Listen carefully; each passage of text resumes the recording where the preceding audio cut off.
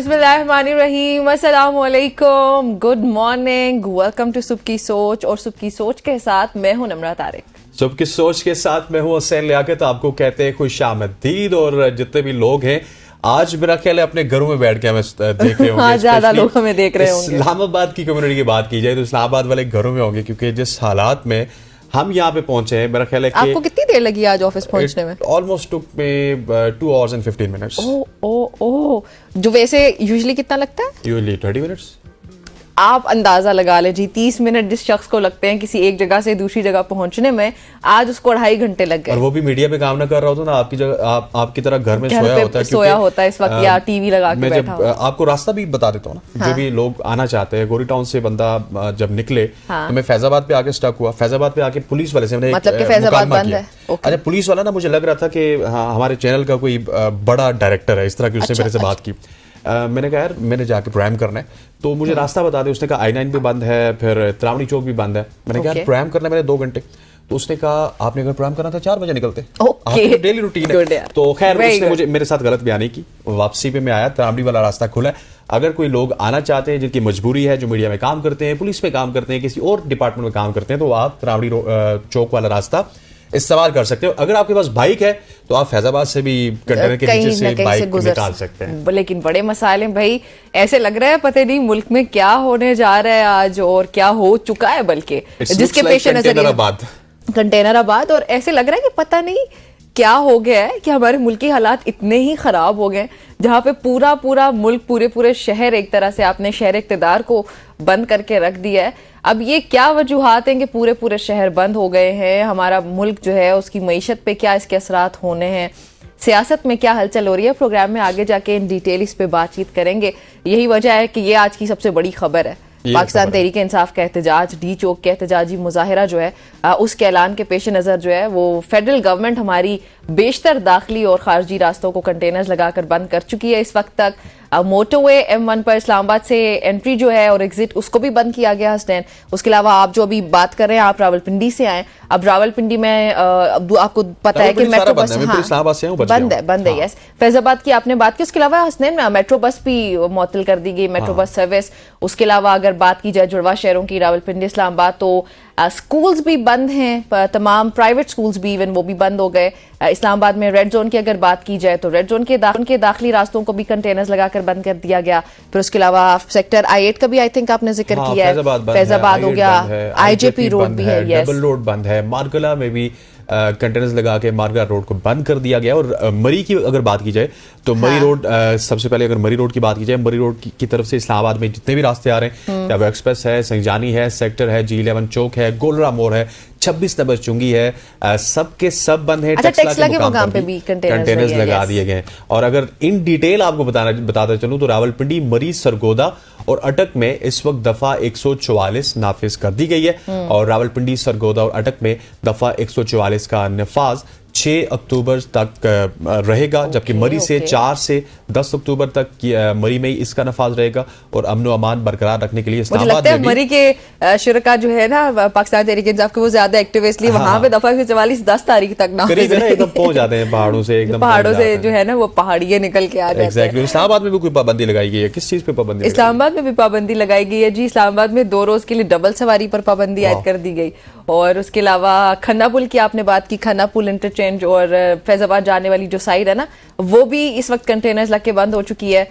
और इस्लामाबाद रावलपिंडी में metro service तो आपको, जैसे मैंने पहले बताया, वो आज आपको कोई सर्विस नहीं मिलेगी। उसके अलावा जी मोटरवे M4 को हर किस्म की ट्रैफिक के लिए बंद कर दिया गया। मोटरवे पुलिस के मुताबिक हसनैन, मोटरवे पुलिस ने आपसे भी कुछ राब्ता किया। उसके अलावा मोटरवे पुलिस जो है वो ये कह रहे कि M4 को फैसलाबाद से पिंडी भट्टियां तक बंद कर दिया गया है। उसके अलावा फिर मोटरवे M1 सवाबी के मकाम पर उसको बंद किया गया। कुछ ऐसे इलाके जिनके मुझे लिटरली नाम भी प्रोनाउंस करने हैं, ब्राह्मा है, बेहतर, और इसके साथ जितने भी इलाके हैं, ये तमाम तर इलाके बंद हैं। और इस तरह लग रहा है पूरा पाकिस्तान बंद है। इसी हवाले से बात करते हैं। अब अनवार अब्बासी हमारे साथ मौजूद है फैजाबाद से। अनवार, सबसे पहले आपको खुशामदीद कहते हैं, thank you so much for joining us. ये बताइएगा कि जिस जगह पे आप हैं उस जगह के क्या हालात हैं, और क्या हालात आगे इसी तरह रहेंगे, या फिर देखा जाएगा कि अगर तहरीक इंसाफ का क्राउड ना आए तो जुमे तक मामलात को बिल्कुल ईजी कर दिया जाएगा? हालात तो खैर रात 12 बजे से ही तमाम इस्लामाबाद के दाखिली रास्ते मुकम्मल तौर पर बंद कर दिए गए थे। जगह जगह कंटेनर्स लगा दिए गए हैं। ऑफिशियली तौर पे हुकूमत की जानब से यह बताया गया था कि 18 मकामात से इस्लामाबाद को के दाखिली रास्ते बंद किए जाएंगे, लेकिन मजमूई तौर पर 29 के करीब जो रास्ते हैं इस्लामाबाद के छोटे बड़े जितने भी रास्ते हैं वो मुकम्मल तौर पर बंद कर दिए गए। मेन जो एंट्रेंस है इस्लामाबाद की जिसमें एक्सप्रेस वे है, इसके अलावा कश्मीर हाईवे है, 26 नंबर चुंगी है, IGP रोड है, कॉन्स्टिट्यूशन एवेन्यू, टोकरी चौक है, वो तमाम के तमाम बंद है। इसके अलावा मरी रोड को भी फैजाबाद के मकाम से भी बंद कर दिया गया है, शमशाबाद के मकाम से भी बंद कर दिया गया है। इसके अलावा खन्ना पोल, कोराल, टी चौक, इसके अलावा 17 मील से भी मरी रोड को मुकम्मल तौर पर बंद कर दिया गया। यूं इस वक्त सूरत हाल ये है कि इस्लामाबाद मुकम्मल तौर पर सील है। इवन कि इस दफा जो कंटेनर्स थे उन्हें डबल दीवारें उसकी बनाकर उन्हें बेल्ट भी कर दिया गया आपस में।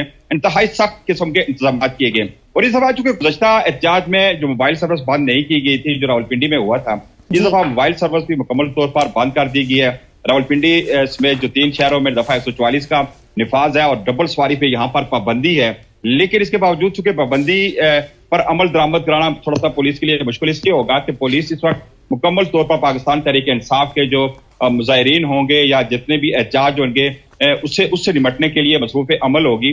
लेकिन यहाँ इस वक्त सूरत हाल यह है कि लोग हमने देखा है कि मीलों पैदल सफर करके ख्वातीन, मर्द, बूढ़े, बच्चे तमाम, और सबसे बड़ी मुश्किलात जो थी आज स्टूडेंट्स को ही, अगरचे प्राइवेट स्कूल एसोसिएशन की जानब से यह ऐलान किया गया था कि रावलपिंडी के तमाम जो निजी तालीमी इदारे हैं वो आज छुट्टी होगी, बंद होंगे, लेकिन उस पर अमल दरामद नहीं हुआ।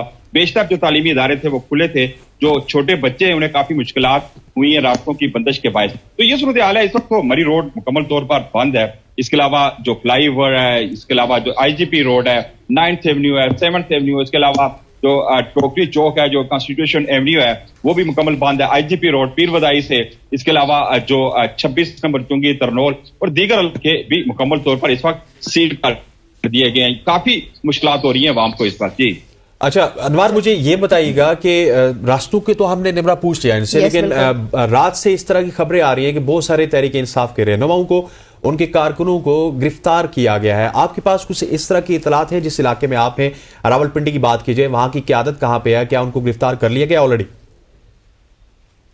देखिए, जो रावलपिंडी में पाकिस्तान तहरीक इंसाफ का एहतजाज हुआ था, वहां पर बेशतर जो पाकिस्तान तहरीक इंसाफ के रावलपिंडी, इस्लामाबाद, जुड़वा शहरों के समेत दीगर जो रहनुमा थे और कारकुनान के दरमियान के खिलाफ जो है दफा 780 और दीगर दफात के तहत मुकदमा दर्ज किए गए थे। गुज़श्ता 3 दिनों से रावलपिंडी पुलिस मुकम्मल तौर पर मुतहर्रिक थी। 350 के करीब जो यहाँ के कारकुनान है और रहनुमा है उन्हें गिरफ्तार किया गया है। जो यहाँ रावलपिंडी के जो साबिक उम्मीदवार थे, जिसमें शहरियार रियाज हैं, आतिफ रियाज हैं, इसके अलावा जो दीगर जो यहाँ के उम्मीदवार हैं उनके घरों पर भी मुसलसल छापे मारे जाते रहे, लेकिन ताहम शहरियार रियाज और दीगर आएगी। लेकिन दीगर जो 350 के करीब जो कारकुनान हैं और जो मकामी रहनुमा है उन्हें रावलपिंडी से मुबैना तौर पर यह बताया गया है कि उन्हें गिरफ्तार किया गया है। इसके अलावा आज भी वाज़े जो अहकामात जारी किए गए, उनका यह कहना था कि डालने वाले किसी भी शख्स से सख्ती से आहनी हाथों से निपटा जाएगा। और इसके अलावा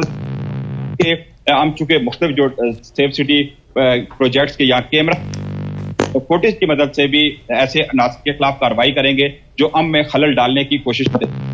यह कहना था कि इस दफा किसी किस्म की कोई रियायत नहीं बरती जाएगी। जिस तरह कहा कि हम पहले ही आपको आगाह कर रहे हैं कि कल हमसे गिला मत कीजिएगा। बज़ाहिर जो इस वक्त तो वफाकी हुकूमत के भी, पंजाब हुकूमत के, रावलपिंडी जिले इंतजामिया, जुड़वा शहरों की इंतजामिया के जो इस वक्त जो सूरत हाल है, जो मैयर्स किए गए, उससे तो जाहिर हो रहा है कि काफी मुश्किलात होगी। लेकिन पाकिस्तान तहरीक इंसाफ ने भी अब थोड़ी चेंज किया है। बराह रास्त जो कानून नाफज करने वाले अदारों के साथ तसादम के बजाय जो क़यादत की जानब से यह फैसला किया गया है कि मुख्तलिफ सेक्टर्स में, मुख्तलिफ गलियों में, मुख्तलिफ मोहल्लों में इस्लामाबाद में पुलिस को एंगेज रखा जाएगा।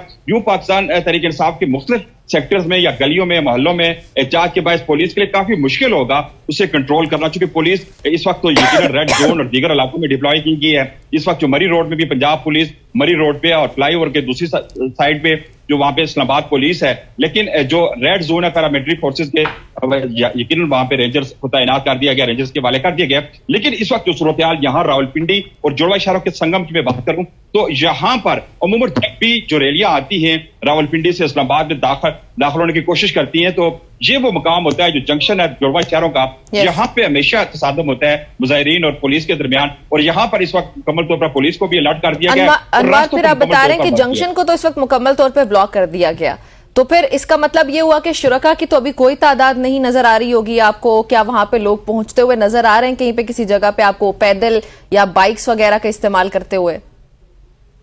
देखिए, क़यादत की जानिब से 3 बजे का वक्त दिया गया था कि 3 बजे के करीब आपने इस्लामाबाद से आना है, और बेशतर जो जिस तरह पहले भी एबीएन न्यूज ने इस खबर को ब्रेक किया था कि जो मुख्तलिफ जो करीबी कुर्ब जवार के जितने भी हल्के हैं नेशनल असम्बली के या प्रोविंशियल असम्बली के, उनके कारकुनान को यह हदायत जारी की गई थी कि गुज़श्ता रात को ही वो इस्लामाबाद में दाखिल हो जाएं, किसी तरह भी वहां पर पहुंच जाएं। इसके अलावा जो इस्लामाबाद की जो कम अज कम जो 3 लाख से जायद जो वोटर्स एक हल्के के खाली वोटर्स हैं, अगर वो भी निकल आए तो पुलिस के लिए काफी मुश्किल होगा।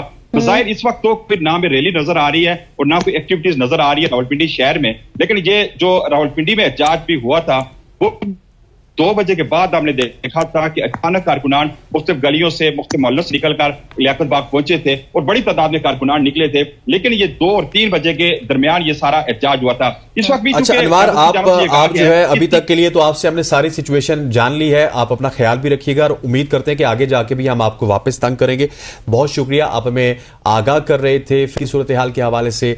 जुड़वा शहरों के संगम पे मौजूद है और सूरत हाल जो अनवार के मुताबिक है वो तशवीशनाक जरूर इस वजह से भी है कि कंटेनर के ऊपर कंटेनर लगाया गया है, निकलने का कोई रास्ता नहीं है। फिर ऊपर से जो तरीके इंसाफ वाले कह रहे थे ना कि हम 11 बजे निकलेंगे, अब वो नई डेडलाइन आ चुकी है कि 3 बजे उनको डेडलाइन दी गई है। डेडलाइन 3 बजे की दी गई है। अच्छा, उसके अलावा भी इस पे अब हुकूमत का रिएक्शन भी बड़ा जरूरी है, उस पर बात करना।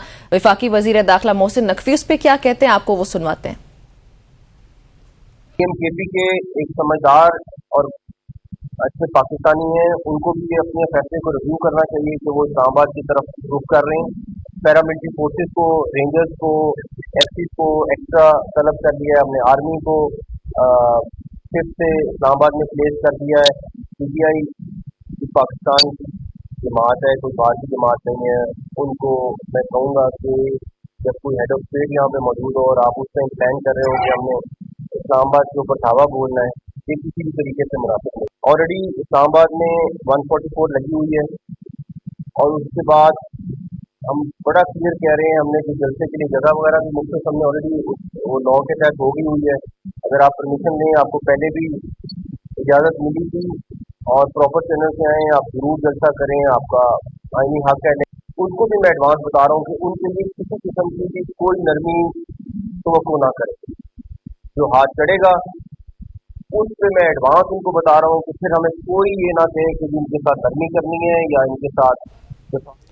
अजाइम को अच्छे नहीं लग रहे मोहसिन नकवी साहब को, कहते हैं कि बाद में गिले ना कीजिएगा, इंतजामात पूरे, और जो हद चढ़ेगा फिर उसके बाद पैरामिलिट्री फोर्सेस हमारे भी बुला पास ली नहीं होने चाहिए। पुलिस भी है, रेंजर्स भी है, पैरामिलिट्री फोर्सेस भी हैं और बहुत सारे डिपार्टमेंट्स हैं।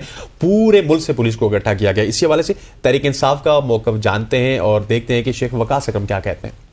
गुंडागर्दी की इजाज़त, बदमाशी की इजाज़त, औरतों से बदतमीज़ी की इजाज़त, बुजुर्गों पर लाठीचार्ज की इजाज़त, मासूम पख्तून पंजाबी बच्चों के ऊपर शेलिंग की इजाज़त, रबर बुलेट्स की इजाज़त ये हुकूमत को भी नहीं दी जा सकती। बिलावल भुट्टो को पता नहीं किसने एक नई लाइन पे लगाया है आजकल।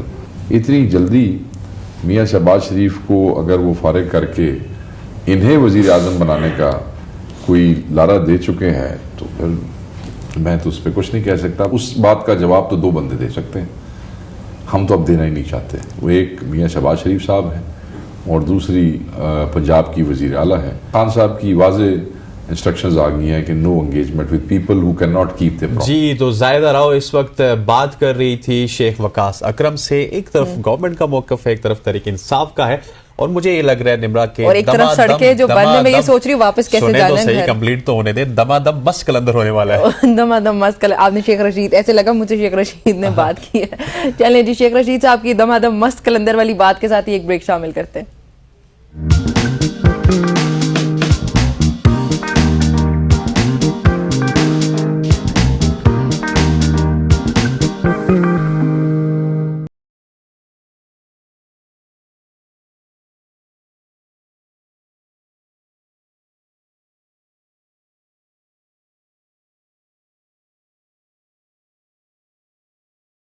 वेलकम बैक टू सुबह की सोची। हम हालात हाजरा से आपको आगाह कर रहे हैं, हालात हाजरा से आपको आगाह कर रहे हैं जहाँ पे लोगों को मुश्किलात का सामना करना पड़े। और अभी हम लिए चलेंगे तमाम तर लोगों को पेशावर, क्योंकि पेशावर में इस तरह की एक्टिविटीज निमरा हो रही हैं कि तमाम तर जो फोर्स है, तमाम तर जो पीटीआई के कारकुनान है वो वहां से निकल रहे, तो तमाम नजरें हमारी पेशावर की तरफ होती हैं। इसी हवाले से बात करते हैं, हमारे साथ मौजूद हैं पेशावर से हमारे ब्यूरो चीफ फरीदुल्लाह साहब। फरीदुल्लाह साहब, आपको कहते हैं खुश आमदीद, thank you so much for joining us.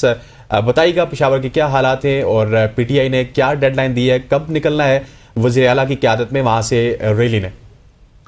जी बहुत शुक्रिया। ये इन्होंने जो प्लान की है वो यहाँ पे मुख्तलिफ जो इलाके हैं फरस्तिया पेशावर के जो अपने लोग हैं, एनपीए एमएनएस वगैरह हैं, ये जमा होंगे टूल प्लाजा पे, जो मोटरवे टूल प्लाजा है, ये 11 बजे तकरीबन यहाँ पे इकट्ठा होंगे। साथ में फिर ये आगे जाएंगे जो चारसदा इंटरचेंज है, तो वहाँ पे मोमंद डिस्ट्रिक्ट और दीगर जो इजला है उनके लोग जो पार्टी के हैं वो इस काफिले में शामिल होंगे। और फिर आगे जाके मर्दान पे जो मलकन डिवीजन है और दीगर जो इजला है मर्दान वगैरह, वो लोग एक साथ होंगे और ये जाएंगे सवाबी इंटरचेंज पे जो अली अमीन गंडापुर है उनकी क़ियादत में ये काफिला वहां पर पहुंचेगा। टारगेट इनका ये है कि ये 3 बजे से पहले इस्लामाबाद इंटर होंगे, पिंडी इंटर होंगे। रात से ये इन्होंने जो पीटीआई के लोग हैं, बहुत सारे ऐसे लोग हैं जो करीबी नवाही इलाके हैं पिंडी की और इस्लामाबाद के, बहुत सारे इनके जो वर्कर्स है, जो कारकुन हैं, वो गए हैं, रात के वक्त निकले हैं और उन्होंने वहां पे रात गुजारी है और ये सुबह अपनी जो एक्टिविटीज हैं वो शुरू करेंगे। इसी तरह जो जुनूबी इजला की हम बात करें तो जुनूबी इजला के अलग काफिले हैं, वो उस तरफ से पिंडी पहुंचेंगे। रात को भी काफी इनका कहना है कि बहुत सारे जो कारकुन हैं वो पिंडी पहुंच चुके हैं, रात के वक्त पहुंच चुके हैं और सुबह इन्होंने टारगेट रखा है कि हर हाल में 3 बजे तक पिंडी इस्लामाबाद पहुंचना है, डी चौक पहुंचना है। तो अभी इनके जो आपस के रास्ते हैं वो शुरू हैं और जो वर्कर्स हैं उनके लिए गाड़ियां वगैरह शहर से निकल रही हैं, जो मुख्तलिफ अरकान असम्बली है या जो मिनिस्टर्स वगैरह है वो अपने काफिले दुरुस्त कर रहे हैं और वो निकल रहे हैं। डिस्ट्रिक्ट खैबर से जो काफिला है वो भी तैयार है, वो निकल रहे हैं और वो पेशावर मोटरवे पे इंटरचेंज पे वहां पे इकट्ठे होंगे, जमा होंगे और वहां से अली अमीन गंडापुर की क़ियादत में ये फिर आगे निकलेंगे। ठीक, अली अमीन गंडापुर की क़ियादत में होगा ये सब। अच्छा फरीदुल्लाह साहब, दीगर सीनियर रहनुमाओं में कौन है जो लीड कर रहा है? जाहिर अली अमीन गंडापुर तो है ही, लेकिन उनके अलावा जी इनका जो तंजीमी ओहदेदार है, मतलब शौकत यूसुफजई है या यहाँ पे सलीम है, दीगर जो जिला पेशावर जो काबीना है पेशावर की हद तक तो उनकी जिम्मेदारी है, वो लोगों को इकट्ठा कर रहे हैं। लेकिन साथ साथ में जो पेशावर के एमपीएस है, मिनिस्टर्स है या एमएनएस है, वो अलग से फरस्तिया अरबाब जंदाद है, वो मोटरवे के करीब ही उनकी रिहाइशगाह है, तो वो अपनी तौर पर अपने हल्के के जो लोग हैं उनके लिए गाड़ियों का अरेंजमेंट करना और फिर उनको मोटरवे तक पहुंचाना, ये इसी तरह इनकी क़ियादत में एक काफिला आएगा। जो सिटी के लोग हैं, जो पेशावर सिटी के लोग हैं, वो अपनी ही जो कासम शाह है या दीगर जो एमपीएस हैं उनकी क़ियादत में अलग जाएंगे। जो झगड़ा और जीटी रूट पे पब्बी और नौशहरा के इलाकों के एमपीएस हैं वो तैमूर झगड़ा और दीगर की क़ियादत में, कामरान बंगश की क़ियादत में ये पहुंचेंगे मोटरवे पे, ये सारे जमा होंगे वहां पे और वहां से फिर जब अली अमीन गंडापुर पहुंचेगा तो उनकी क़ियादत में ये आगे बढ़ेंगे चारसदा इंटरचेंज तक और चारसदा इंटरचेंज। अच्छा फरीदुल्लाह साहब, एक सवाल ये बनता है कि इस्लामाबाद की सिचुएशन, रावलपिंडी की सिचुएशन बहुत ज्यादा टाइट है। यहाँ पे सिग्नल्स नहीं आ रहे, यहाँ पे रोड्स बंद हैं, तमाम शाहराहों को बंद किया गया और डी चौक को ऑलमोस्ट सील कर दिया गया। उस हवाले से क्या हिकमत अमली है? जिस तरह पिछली दफा वो वापस गए थे, इस दफा भी वापस जाएंगे या फिर कोई अल्टरनेट भी सोचा हुआ है पाकिस्तान तहरीक इंसाफ ने? तो मेरे ख्याल में ये वहां पहुंच ही नहीं सकेंगे, क्योंकि जो इंतजाम जिस तरह आप फरमा रहे हैं, जिस तरह आपने देखा कि बहुत सारे जो कंटेनर है और ये वो है, लेकिन एक और बात जो मैंने खुद नोट की है, जो वर्कर्स हैं वो भी ये जो मुसलसल एहतजाज है, प्रोटेस्ट है, अब देखिए ना, मतलब ठीक है इनके अपने कारकुन हैं और वो जा रहे हैं इसी तरह के एहतजाज में, लेकिन जो आम शहरी है, जो आम ख्वाह पिंडी का हो ख्वाह पेशावर को, ये रोज रोज की जो प्रोटेस्ट है, एहतजाज है, धरने हैं और इससे मतलब एक तरह से फिल्डअप हो गए हैं। एहतजाज का भी एक तरीका होता है। दूसरी तरफ जो फेडरल गवर्नमेंट का जो रवैया है वो भी इस काबिल नहीं है कि मतलब अगर एहतजाज करना है तो उनको जिस तरह पहले एक जगह दी थी कि जाके वहां पे एहतजाज कर ले, लेकिन ये रोज रोज जो है अब यहाँ के अवाम भी आप देख रहे हैं कि ख्वाह वो पेशावर के लोग हों या पिंडी के हो, इस्लामाबाद के हों, ये इसी तरह के रास्ते बंदिश की वजह से आज जुम्मा भी है और लोगों ने अपने घरों भी जाना है, ड्यूटीज भी जाना है, स्कूल कॉलेजेस वगैरह भी, तो सुबह से यहाँ पेशावर में भी एक गैर यकीनी की सूरत हाल है। और इसी ठीक हो गया फरीद साहब, आपसे मजीद अपडेट्स हम लेते रहेंगे और अभी तक हम क्योंकि अब लाहौर का रुख करेंगे। बहुत बहुत शुक्रिया, आप अपना ख्याल रखिएगा क्योंकि आपने इस तमाम तर आज के इस इवेंट को कवर। फरीदुल्लाह साहब हमारे साथ मौजूद थे पेशावर से, हमारे पेशावर के ब्यूरो चीफ। बिल्कुल जी, और पेशावर के अलावा अब आपको लिए चलते हैं लाहौर में, जहां से एक बड़े ही दर्दनाक भी कह सकते हैं लेकिन थोड़ी अजीब सी खबर है।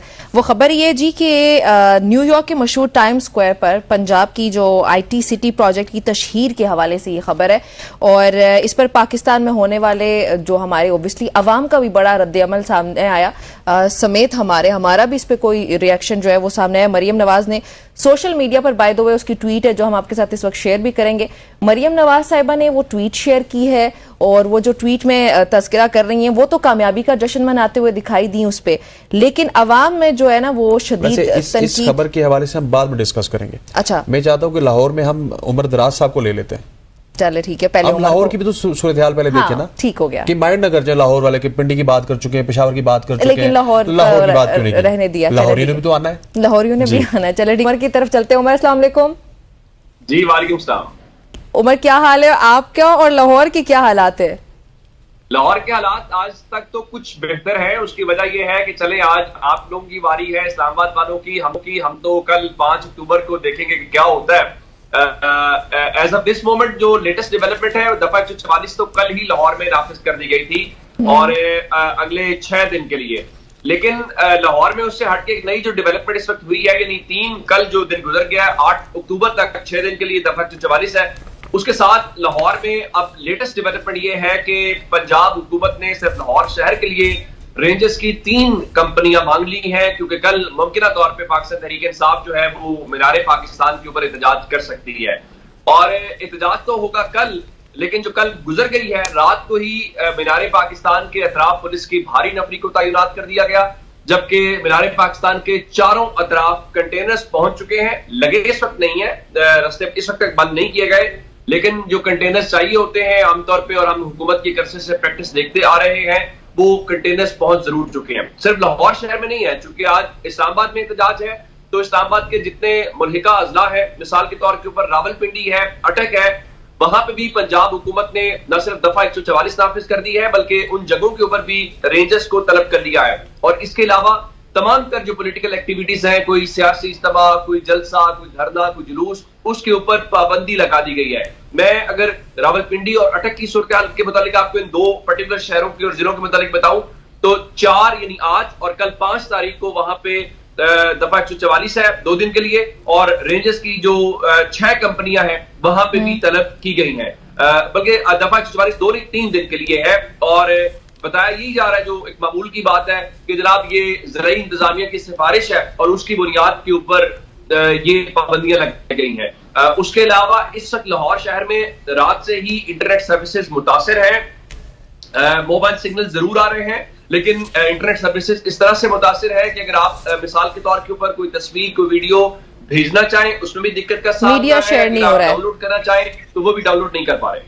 ठीक हो गया उमर। एक तो आज आप, मुझे ये लग रहा है जिस तरह मैं आपको देख रहा हूँ कि आज बहुत फ्रेश लग रहे हैं, और मुझे वो पुराना जमाना याद आ गया जब उमर दराज गोदल सुबह 9 बजे उठ के हमें आगाह किया करते थे तमाम खबरों के हवाले से। मुझे बताइएगा कि अब लाहौर से अगर किसी ने इस्लामाबाद की तरफ आना है, ट्रैवल करना है, मोटरवे बंद है, जीटी रोड के क्या हालात हैं? मोटरवे की तो हमें बता दिए, जीटी रोड के क्या हालात हैं, और कोई ऐसे चोर रास्ते हैं कि लोग लाहौर से फिर भी इस्लामाबाद पहुंचेंगे?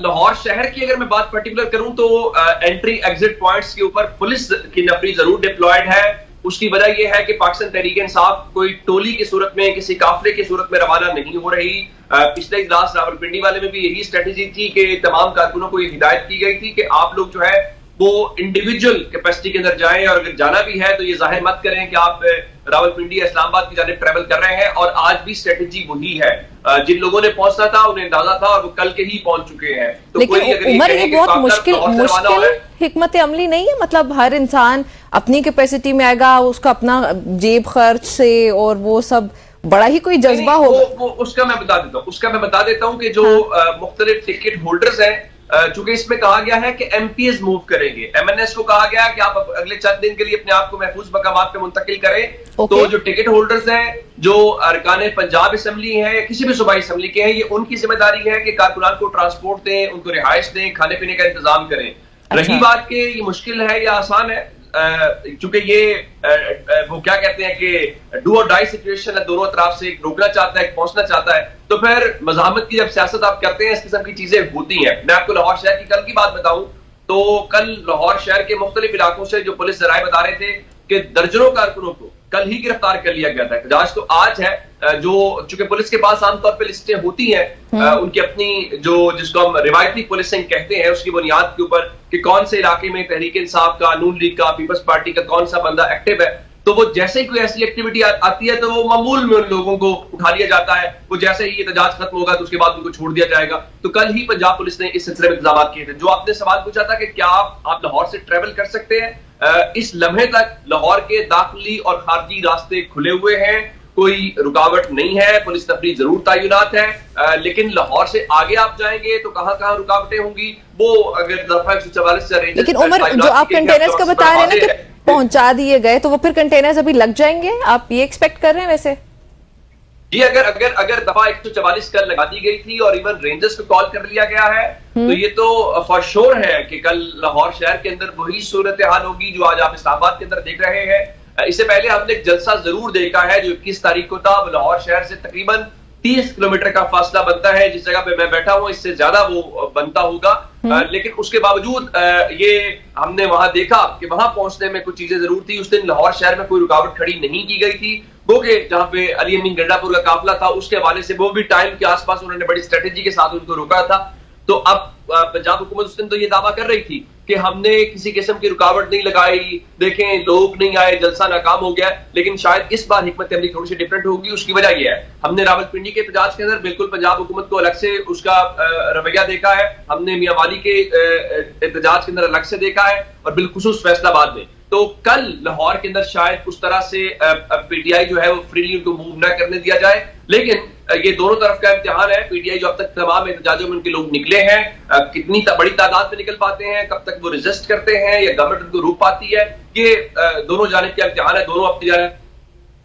अच्छा उमर, आप हमें बता रहे थे कि कल के हवाले से पंजाब गवर्नमेंट के जो इक़दामात हैं वो तो काफ़ी ज़्यादा सख्त है, लेकिन लेट्स सपोज अगर इस्लामाबाद की सूरत हाल कशीदा हो जाती है और इस्लामाबाद में उमर साहब इस तरह हो जाता है कि आहिस्ता आहिस्ता लोग डी चौक में पहुंचना शुरू हो जाते हैं, तो सख्तियां आई थिंक सो कि लाहौर में भी फिर शुरू हो जाएंगी, वो जो रास्ते हैं उनको कंप्लीटली बंद किया जाएगा।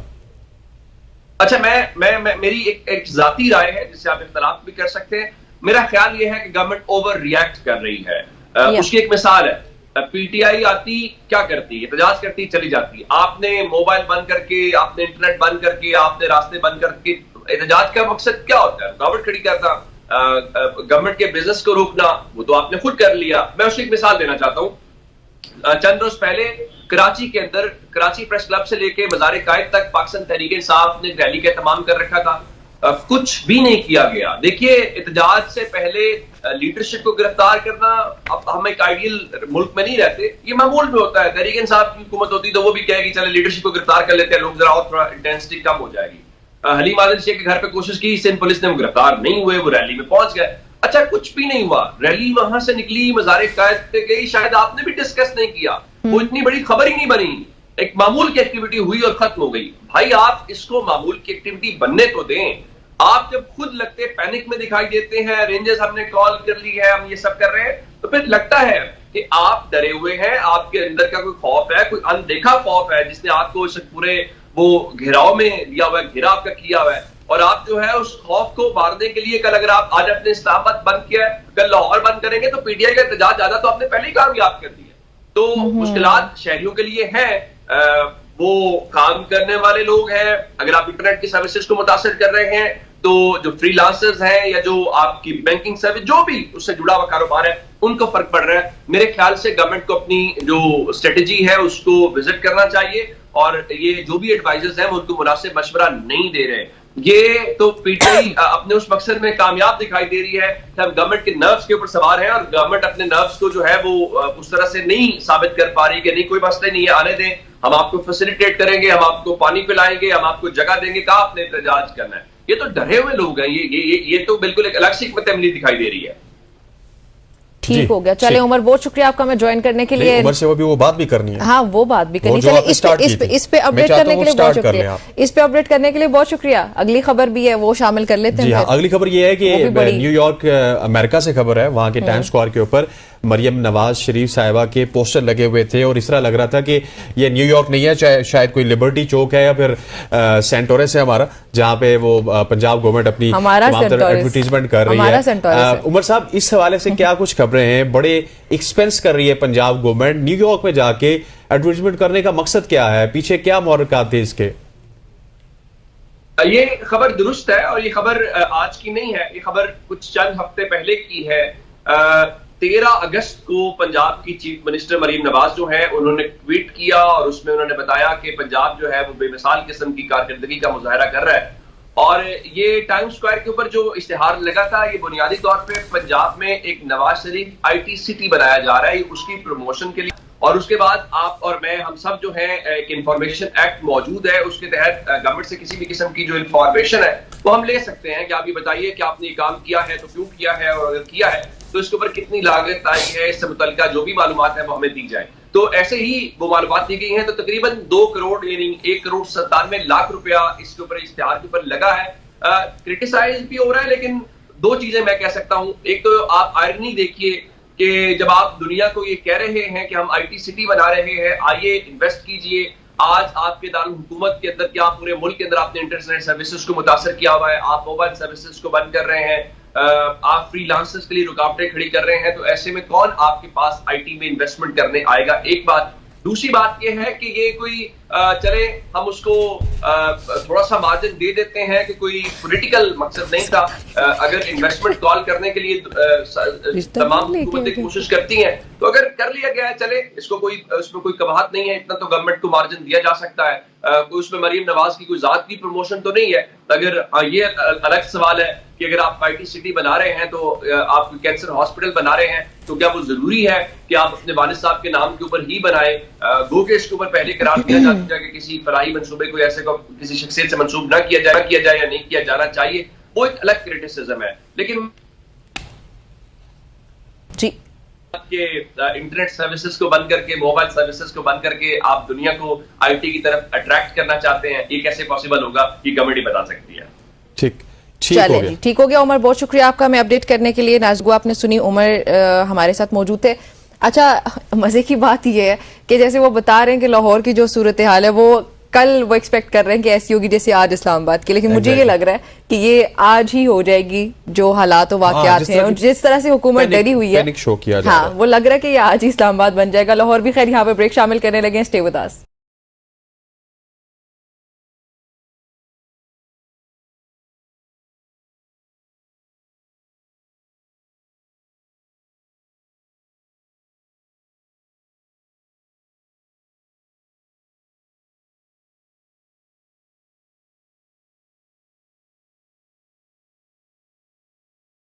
वेलकम बैक जी, एक बार फिर से आपको खुशामदीद कहते हैं सुबह की सोच में। तैमूर मलिक साहब पाकिस्तान तहरीक इंसाफ के रहनुमा हमारे साथ मौजूद हैं। पाकिस्तान तहरीक इंसाफ तमाम तर मामलात पे क्या कहती है उनसे ही जानते हैं। तैमूर साहब अस्सलाम वालेकुम, वेलकम टू द शो। जी वालेकुम सलाम, good morning to you and the viewers. Good morning Taimur साहब, आई होप सो कि आपकी भी गुड मॉर्निंग चल रही है। देखें, हमारी तो अब चल ही रही है, लेकिन पाकिस्तान की अवाम की कल के बाद से कोई खुशाइंद खबरें नहीं है उनके लिए। अच्छा। जो फैसला हुआ है वो आपके सामने है और उसके बाद जो अब कार्रवाइयां होने जा रही हैं जिनके खदशात हैं वो भी मुल्क के सामने हैं इस वक्त। ठीक हो गया। अच्छा, लेकिन एहतजाज के हवाले से बताइएगा, आप लोग क्या लाएअमल तैयार करके आए हैं? हमारे सुनने में आया कि लाहौर से फॉर एग्जांपल अगर कोई आ रहा है तो इंडिविजुअल कैपेसिटी में आएगा वो, उसके अलावा रावलपिंडी से भी, इस्लामाबाद से भी शुरका को तो कह दिया है, कॉल दे दी गई है कि आए। देखिए, कॉल तो पहले से दी गई है और कॉल एक पुरअमन एहतजाज की है, कोई किसी किस्म के तसादुम की नहीं है। लेकिन पहुंचना किसने किस तरह है, अब ये तो अवाम का अपना जोशो खरोश है, खास तौर पे उन शहरों के लोगों का कि वो अपने हकूक के लिए क्या बात करते हैं। क्योंकि आपने अगर देखे हैं विजुअल्स, तो जो इस्लामाबाद पिंडी के इलाके हैं वो तो इस वक्त बिल्कुल कंटेनर से बंद हैं। हर जगह हर रास्ते को इन्होंने ब्लॉक किया हुआ है। लेकिन तो फिर आप लोग तो उसके लिए तैयार होते हुए नहीं आ रहे? अली अमीन गंडापुर तो ये कह रहे हैं कि मशीनरी भी साथ लेकर आएंगे, फिर नमक भी आप साथ लेकर आ रहे हैं, हर चीज के लिए आप लोग तैयार भी तो होके ही आ रहे हैं, ऐसा ही है? बिल्कुल, देखें ये वो तैयारियां अपनी जगह, लेकिन ये तो इन्होंने एहतजाज अभी शुरू होने से पहले ही कामयाब कर दिया इस हुकूमत ने। हाँ। कि इस तरह कौन करता है? अगर इनको लगता है कि पाकिस्तान तहरीक इंसाफ के साथ अवाम नहीं है या अवाम की वजह से पाकिस्तान तहरीक इंसाफ आवाज नहीं उठा रही, तो फिर इतनी मुश्किलात खड़ी करने का सारे शहरों के तमाम शहरियों को एक अजियत में डालने का मकसद क्या है? आप पुरअमन एहतजाज करने दें, आप जगह एलोकेट कर दें, लोगों को वहाँ इकट्ठे होके अपनी लाइन पे करने दें, उनको काम करने दें, तो इसमें कोई मसला नहीं होना चाहिए। लेकिन जो हुकूमत की इस वक्त सारे इक़दामात हैं वो तो एहतजाज से पहले ही, खबर ही सिर्फ एहतजाज की है। इस वक्त आप जहां भी सोशल मीडिया पे चले जाएं, नेशनल टेलीविजन पे चले जाएं, तो कामयाब तो हो चुका है। एहतजाज का मकसद तो यही है, एक प्रोटेस्ट रजिस्टर करना। अच्छा सर, मुझे ये बताइएगा कि गवर्नमेंट की जानिब से एक पैनिक तो नजर आ रहा है, ठीक है, वो हमें नजर आ रहा है। हम आते हुए जहां पे 30 मिनट लगते थे 2-2.5 घंटे हमें लगे।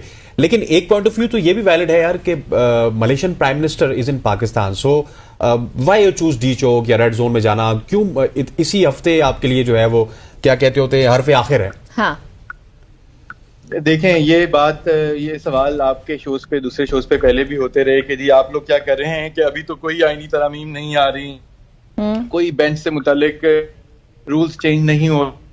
पिछले हफ्ते 10 दिन के सारा कुछ हुआ। पाकिस्तान के आईनी तरमीम भी इतवार के दिन रात के अंधेरे में लाने की कोशिश की गई। पाकिस्तान में एक ऑर्डिनेंस के तहत रूल्स एंड प्रैक्टिस जो है सुप्रीम कोर्ट की, उनको तब्दील किया गया। उसके बाद उसी दिन कमेटी जो थी, जो बेंच फॉर्म करती है, उसको तब्दील कर दिया गया और उसने ये 63A की इंटरप्रिटेशन का केस लगा भी लिया और कल फैसला भी दे दिया। तो देखें, फिर नजर तो सामने आ रहा है, खदशात जो हैं वो पाकिस्तान की अवाम के और पूरी वकला बरादरी के। इस्लामाबाद की तीनों बार एसोसिएशन और बार काउंसिल ने कल मुत्तफिका उसके ऊपर स्टेटमेंट भी दी है कि नजर आ रहा है कि ये अब इन्होंने हॉर्स ट्रेडिंग की, इन्हें फ्लोर क्रॉसिंग की इजाजत मिल गई है, तो इसके बाद अब ऑपोजिशन बेंच से ताल्लुक वो सब तो आईनी, वो सब तो कानूनी मामलात हैं ही हैं तैमूर साहब। लेकिन अभी एहतजाज के हवाले से बताइएगा कि आपके वो रहनुमा जिन्होंने अवाम को, पब्लिक को गैदर करके लाना था एहतजाज के लिए, हमारे सुनने में ये आ रहा है, कुछ खबरें सामने आ रही हैं कि उनको, आपकी क़यादत को, लीडरशिप को गिरफ्तार किया गया। तो आप नाम बता सकते हैं कुछ ऐसे रहनुमाओं को जिनको अभी तक गिरफ्तार किया गया हो?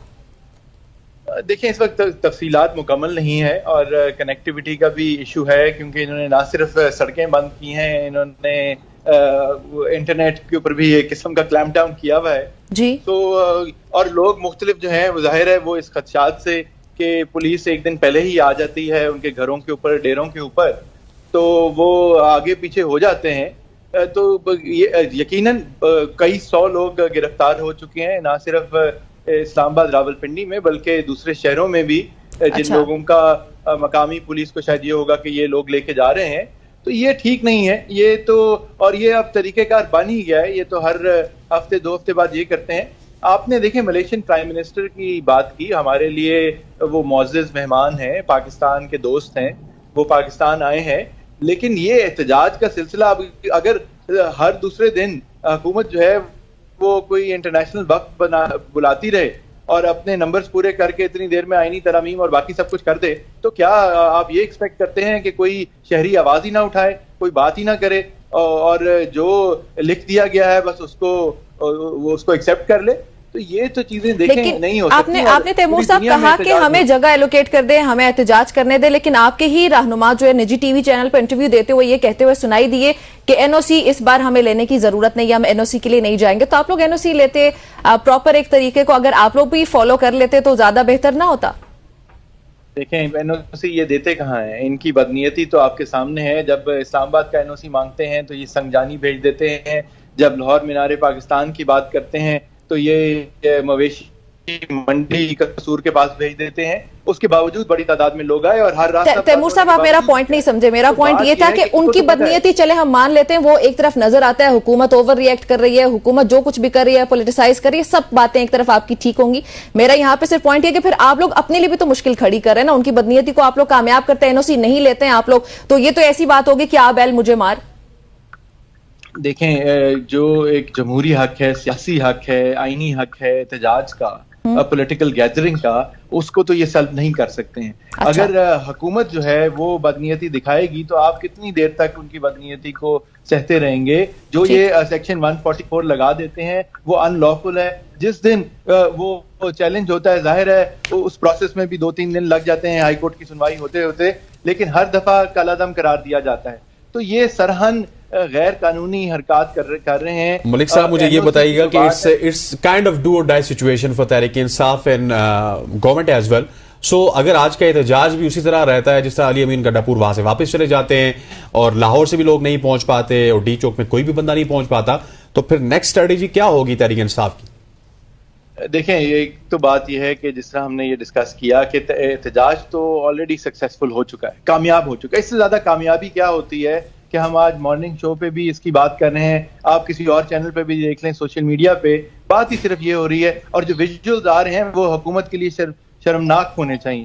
तो ये सारा प्रोसेस जो है ये नजर आ रहा है।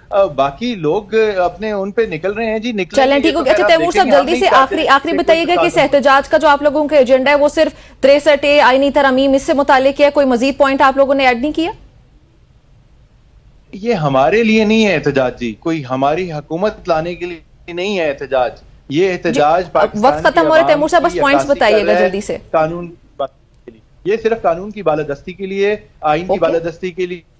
ठीक हो गया, कानून की बालादस्ती के लिए, आइन की बालादस्ती के लिए। तैमूर मलिक साहब हमारे साथ मौजूद है। Sir, thank you so much for joining us, जो कि तहरीक इंसाफ का मौक़िफ़ बता रहे थे और कि आज के दिन के जितने भी हालात हैं गवर्नमेंट की जानिब से एक रेजिस्ट किया जा रहा है, दूसरी जानिब से भी अब आने की बातें हो रही हैं। अल्लाह करे कि सब चीज़ें खैर खैरियत से। यहाँ पर वक्त हुआ चाहता है एक शॉर्ट सी कमर्शियल ब्रेक का, ब्रेक लेते हैं, वापस आते हैं। स्टे विद अस।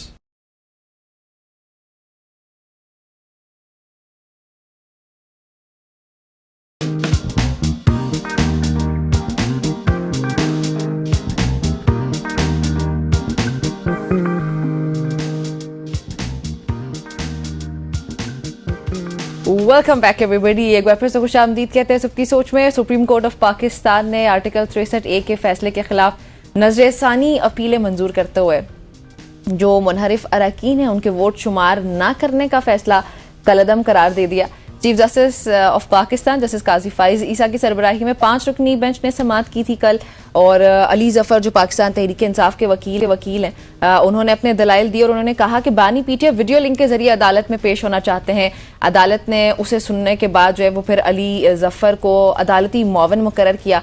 फिर बाद में ये हुआ कि सुप्रीम कोर्ट ने मुत्तफ़िका तौर पर नजरसानी दरख्वास्तें मंजूर की, जिससे अब होगा ये कि मुनहरिफ अरकान जो है उनके वोट शुमार किए जा सकेंगे। बिल्कुल ऐसे है। इसी हवाले से बात करने के लिए हमारे साथ मौजूद हैं सीनियर तज़कियाकार इफ्तिखार शिराजी साहब। शाहिद साहब, आपको खुश आमदीद कहते हैं, thank you so much for joining us. और शाहिद साहब, 63A का फैसला आ चुका है, उसके बाद कुछ खबरें ये आ रही हैं कि मंडे को ही मुश्तरका इजलास बुलाया जाए पार्लियामेंट का, उसमें हो सकता है कि जो आईनी तरमीम है उसको मंजूर करवाया जाए। क्या खबरें हैं आपके पास और कितना सिग्निफिकेंट है अगला आने वाला हफ्ता पाकिस्तानी पॉलिटिक्स के लिए?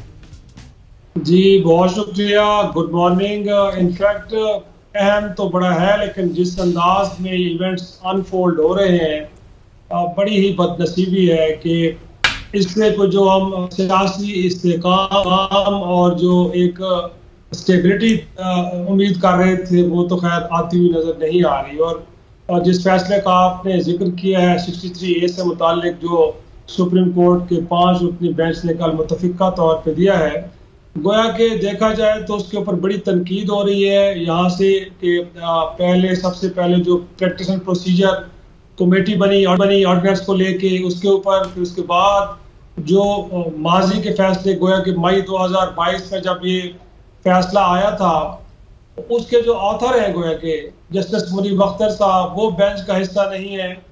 तो मेरे ख्याल में बड़े सवाल उठ रहे हैं कि अगरचे ये फैसला आ तो गया है और इन अपीलों को मंजूर कर लिया गया है, लेकिन उसकी रीज़न नहीं दी गई। आप हैरान होंगे कि कल इतना बड़ा फैसला हुआ कि इन तमाम नजरसानी की दरखास्तों को मंजूर कर लिया गया और साहब का जो फैसला है उसको कलअदम करार दिया गया, लेकिन कम से कम उसके ऊपर कोई शॉर्ट ऑर्डर नहीं आया, बल्कि कहा गया कि इस हवाले से जो फैसला है वो बाद में जारी किया जाएगा। तो मेरे ख्याल में एक तो एक इसकी टाइमिंग के ऊपर बड़ा सवाल उठ रहा है कि ऐसे में कि जब हुकूमत वक्त कुछ ऐसी आईनी तरमीम लाना चाह रही है कि जो मुतनाज़ा है एक तरह से, जिनके ऊपर न सिर्फ तहरीक इंसाफ बल्कि JFA के मौलाना फजल रहमान साहब भी मोतरज हैं, इसी तरह कुछ दीगर जमातें, खुद पीपल्स पार्टी के अकाबरीन से बात करें तो उनको भी ये कहना है कि बाज़ तो ऐसी तरामीम है कि जिनके ऊपर वो भी हुकूमत वक्त को सपोर्ट नहीं करना चाह रहे। तो ऐसे में इस फैसले का बड़ी उजलत में आना और उसके नतीजे में अगर आईनी तरामीम हो जाती हैं, लेकिन इफ्तिखार साहब वो हुकूमत तो ये कहती है कि उजलत में कोई फैसले नहीं हुए। ये केस तो अगर देखा जाए तो सालों साल से चला आ रहा है और अब जाके आप इस पे फैसला हुआ है तो आप लोग कह रहे हैं उजलत में नहीं। अगर ये उजलत में नहीं है तो, और अगर पर्सन स्पेसिफिक नहीं है ये, तो मेरा ख्याल में फिर हमें 25 अक्टूबर के बाद ये इनिशिएटिव लेना चाहिए था। जहां 2 साल गुजर गए हैं वहां पे 1 महीना और गुजार लेती हुकूमत, क्योंकि इस वक्त जो इम्प्रेशन मिल रहा है वो ये मिल रहा है कि ये सब कुछ कॉन्स्टिट्यूशनल कोर्ट बनाने और वहां पे जस्टिस काजी फैसल साहब को बतौर चीफ जस्टिस लाने के लिए किया जा रहा है।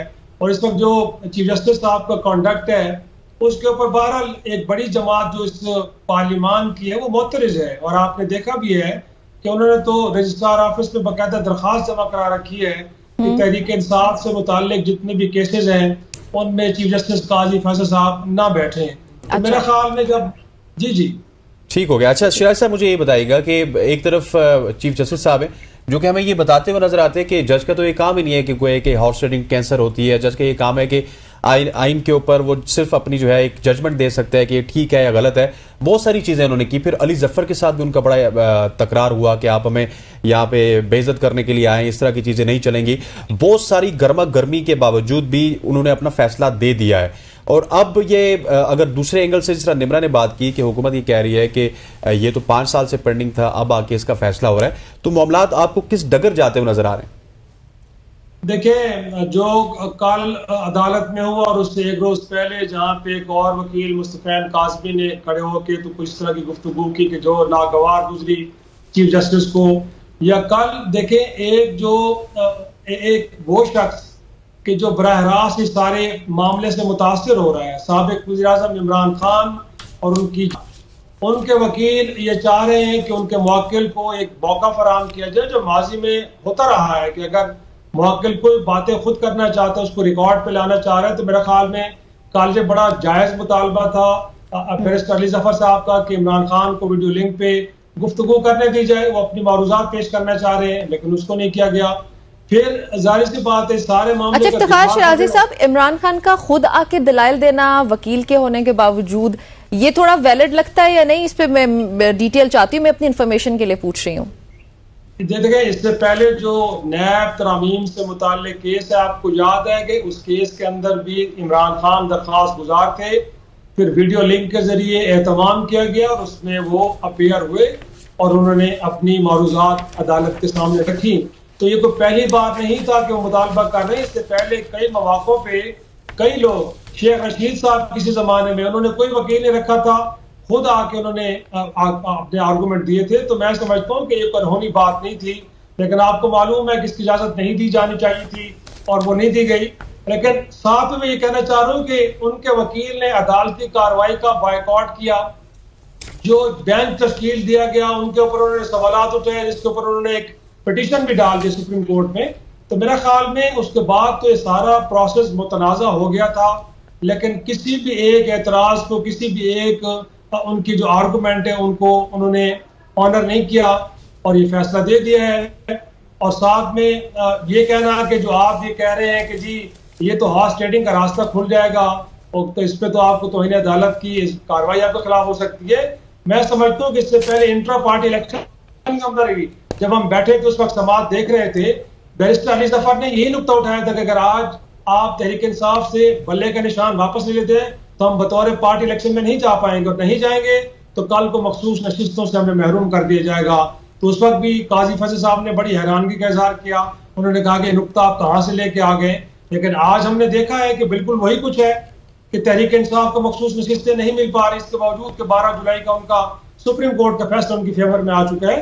तो मेरा ख्याल में आज जो कल बात की बैरिस्टर अली जफर ने कि जो आप फैसला देने जा रहे हैं इससे हॉर्स ट्रेडिंग का रास्ता खुलेगा, उसके नतीजे में हुकूमत वक्त को एक मौका मिल जाएगा आइन के अंदर वो तरामीम करने का जो मुतनाज़ा है। लेकिन इस वक्त उन्होंने ये कहा कि तो आप हम पे साहब आपने जो बात की ना पहले शुरू में बड़ी इंटरेस्टिंग बात थी कि इसकी वक्त के ऊपर बात हो रही है, लेकिन बिलावल तो अब खुल के कह रहे हैं कि हमने ये 25 से पहले करना है। अगर 25 से पहले ना हुआ तो तसादुम हो जाएगा। तसादुम का वो इस वजह से खदशा जाहिर कर रहे हैं कि चीफ जस्टिस तब्दील हो जाएंगे, फिर शायद हम यहाँ से आईनी तरमीम करें तो वहां से कोई फैसला आ जाए, तो वो इस वजह से भी जल्दी कर रहे हैं कि स्मूथली इस ट्रांजिशन को होना चाहिए। नहीं, इसमें स्मूथ ट्रांजिशन के पीछे लॉजिक क्या है? गोया कि आप अवामी मफाद में एक तरमीम करने जा रहे हैं और बड़ी अजीब सी बात है कि अभी तक मुसवदा जो मुस्तनद है, क्योंकि जब तक काबीना उसको अप्रूव नहीं करती अकॉर्डिंग टू लॉ किसी भी मुसवदे की कोई कानूनी और आईनी हैसियत नहीं है, तो अभी तक वो मुसवदा गोया के काबीना से मंजूर नहीं हुआ, लिहाजा मुसवदा हम समझते हैं ही नहीं। तो फिर ऐसी उजलत क्या है? क्योंकि हमें याद है कि जब आप 18वीं तरमीम करने जा रहे थे तो कल जिक्र भी किया मौलाना फजल रहमान ने कि 9 महीने तक उस सारे प्रोसेस के ऊपर बहस होती रही, लोग अपनी आरा देते रहे, कमेटीज में जाए मुसवदा गया, वहां पे जाके लोगों ने अपना इनपुट दिया। तो इस वक्त आप आइन के अंदर को 56 तरमीम करने जा रहे हैं, तो गोया कि एक कॉन्स्टिट्यूशन को आप रीराइट करने जा रहे हैं, लेकिन अभी तक उसका मुसवदा किसी के पास नहीं है। लेकिन आप ये कह रहे हैं कि 25 अक्टूबर से पहले हमने सारा मामला निपटाना है, तो फिर जो तहफ़्फ़ुज़ात का इजहार किया जा रहा है कि ये पर्सन स्पेसिफिक है। आप काजी फैसल साहब को कॉन्स्टिट्यूशनल कोर्ट का हेड बनाना चाह रहे हैं और उस शख्स को बनाना चाह रहे हैं कि इसके ऊपर मुल्क की बड़ी जमात मोतरज है, तो मेरे ख्याल में आपको दीगर लोगों को सुनना चाहिए। अच्छा इफ्तिखार साहब, बात वहां से शुरू हुई थी कि मौलाना फजलुर रहमान को साथ मिलाया जाएगा, लेकिन मौलाना हाथ नहीं आए, तो अब हुकूमत के पास सिर्फ ये प्लान बी के बाद लेके हाँ वो तो ये कह रहे हैं अब तो, बल्कि तो मौलाना का कोई सीन नहीं नजर आता आपको भी शराजी साहब? मुझे क्योंकि लग रहा है कि ये आईनी और कानूनी मामलात के जरिए हुकूमत आईनी तरमीम लेके आएगी।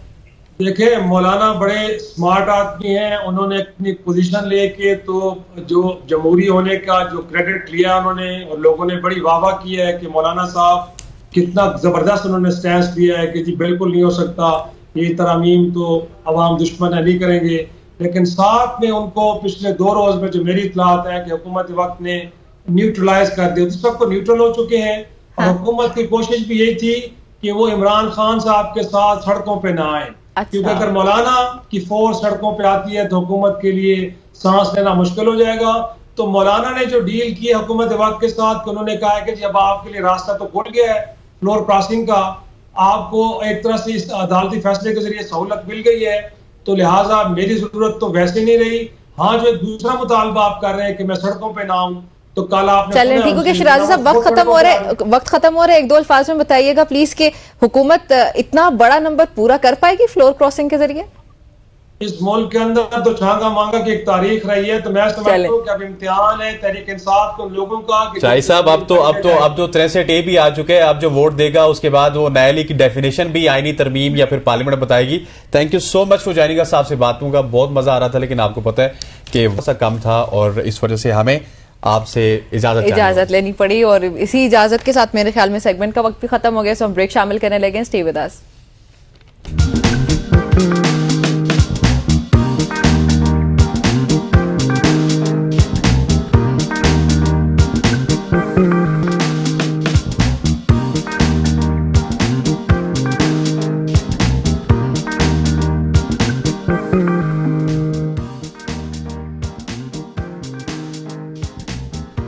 वेलकम बैक टू सुबह की सोच। अब हम बात करेंगे कुछ ऐसे मसाइल की जो कि हमारे बुजुर्ग अफराद में बहुत ज़्यादा पाए जाते हैं। स्पेशली अगर देखा जाए तो बंदा जब थोड़ा सा उम्र रसीदा हो जाता है तो उसको पट्ठों के मसाइल का सामना करना पड़ता है। इसमें फिजियोथेरेपी का कितना किरदार है?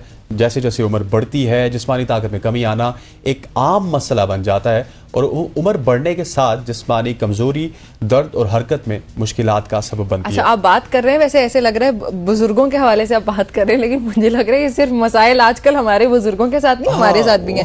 नौजवान भी बड़ा शिकार हो चुके हैं तमाम तर मसाइल का। बर्गर्स खाते हैं हम, कुछ इस तरह की चीजें खाते हैं, तो इस वजह से तभी मैं अक्सर सोचती रहती हूँ कि आपको ये दरपेश क्यों है मसाइल इतने ज्यादा ना, आप समझ मुझे तो कल पहली दफा 4 महीने बाद नज़ला हुआ था। चलिए कोई बात नहीं, कोई बात नहीं, मजाक कर रहे हैं। वक्त के साथ अपनी लचक और ताकत खोने लगते हैं, ये मसला है, ये मसला है उम्र का तकाज़ा है। एग्जैक्टली, जिसके बायस रोजमर्रा के काम में भी मुश्किल आती है।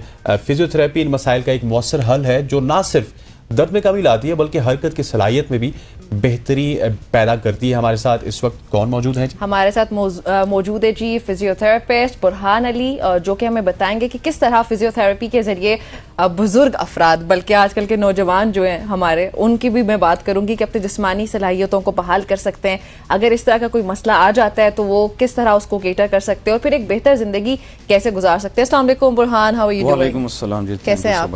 Burhan, thank you for coming. इससे पहले कि हम बुरहान से सवाल स्टार्ट करें, नंबर भी आपको बता देते हैं, क्योंकि बहुत सारे बुजुर्ग टीवी स्क्रीन के सामने होंगे। आज तो काफी ज्यादा लोग टीवी स्क्रीन के सामने होंगे।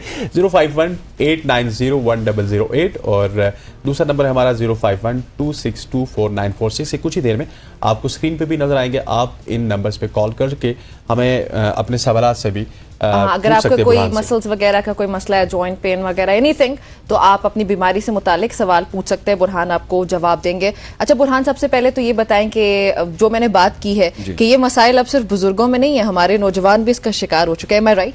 जी, मोस्टली ये है कि अभी इस वक्त अगर ओपीडी में देखा जाए तो हमारे पास 25 एज से लेके अप टू द 55-60 एज के ग्रुप ऑफ पीपल आ रहे हैं जिसमें ये मसाइल होते हैं।